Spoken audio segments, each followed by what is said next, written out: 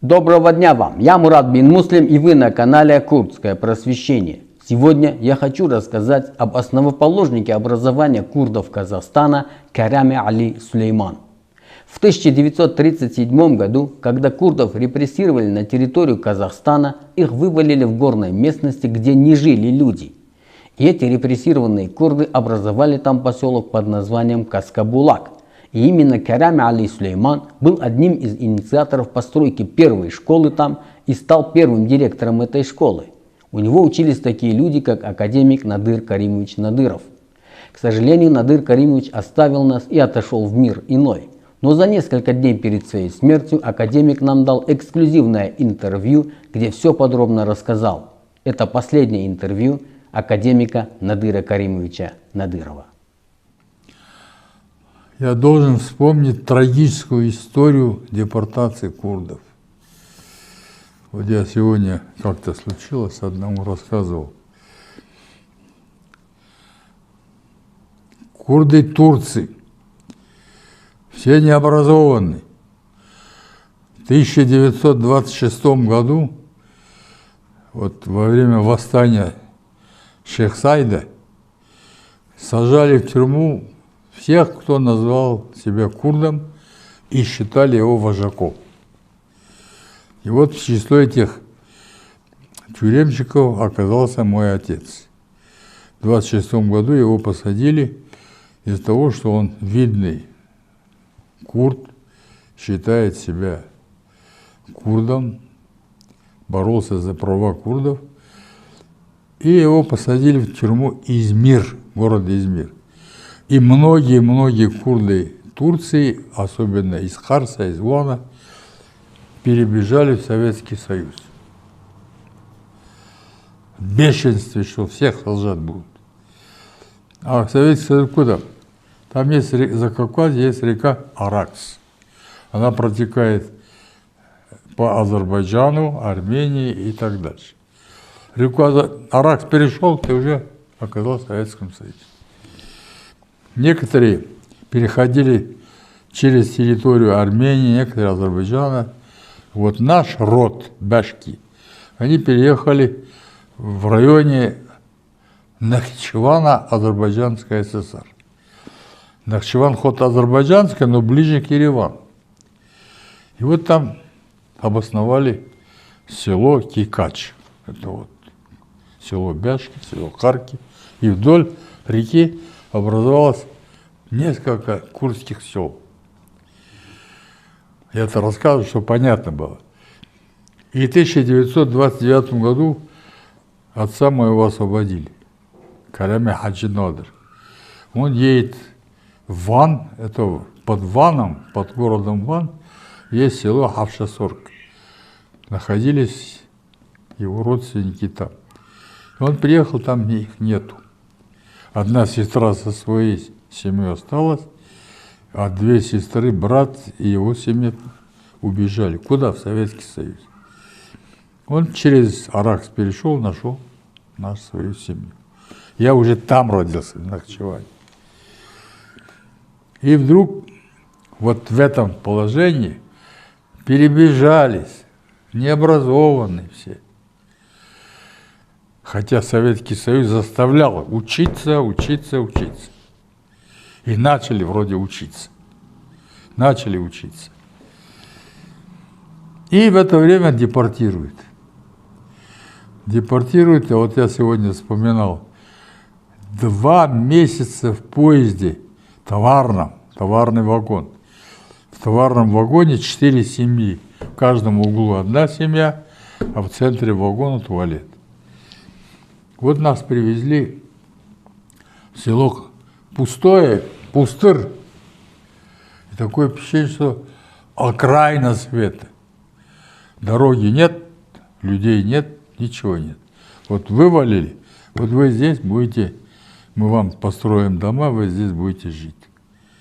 И обязательно надо школу строить. Вот построили школу. И как неудивительно, Караме Али Сулейманов, или Карима Алиевич Сулейманов, успел в Ереване кончить педагогическое училище. То есть среди всех курдов он оказался со средним специальным педагогическим образованием. Это редкость, это подвиг.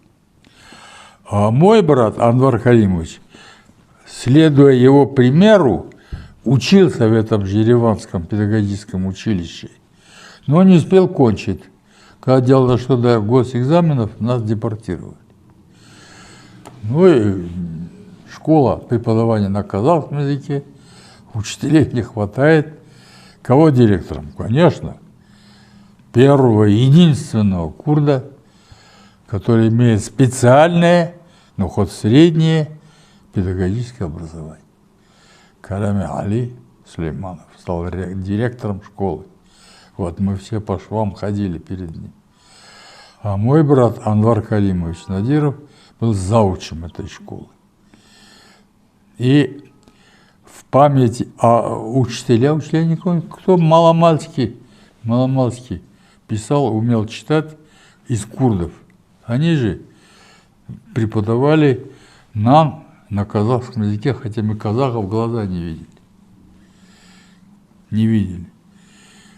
Ну вот некоторые наши ребята, которые кончили казахскую школу, потом, и я говорю, что кончил казахскую школу. Я вот кончил такую казахскую школу, где ни одного казаха нет, где ни одного учителя казаха нет. Ну, учили нас казахскому языку. Конечно, это такой казах. Ну и вот мы учили, мы гордились. Потом как? 7 классов кончает, оставляет его учителя. Вот эти учителя наши потом стали знаменательными. И поэтому я до сих пор с этой школой связь имею. И у него осталась одна дочь по имени Санам. Она жила в Чимкенте вместе с нами рядом. То есть она фактически была, ну, как бы членом нашей семьи. Ходила к нам и с моей супругой дружила. Вот. Ну, потом она вышла замуж в Касаблаке за Слухадина. А Слухадин был моим ровесником и родственником. Вот, слава Богу, от Слухадина народила детей, а Гульнара по имени стала вообще лидером. Мне очень нравятся статьи Гульнары. Вот, пишет: мой дед Карим Алиевич Сулейманов, первый директор. Да, она гордится, и мы гордимся, действительно. Я иногда говорю, надо его имя присвоить Хаскаблатской школе. Надо обязательно. Он первый директор. Первый курд с педагогическим образованием. Ну вот его внучка Гульнара продолжает эти традиции. Я на днях, к сожалению, Санам скончалась. Я Гульнар позвонил, ей соболезнования выразил. И она говорит, в документах его отца очень много моих фотографий. Я говорю, да, мы действительно дружили, общались. Ну, может быть, эти фотографии остались.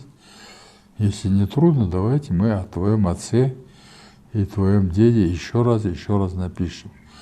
Так что Карами Али Сулейманов, это он основоположник образования курдов в Казахстане. Первопроходец. И его имя мы всегда должны носить в своем сердце, и где возможно, его имя присвоить. В частности, я рекомендую его имя присвоить в школе Хасхаблах.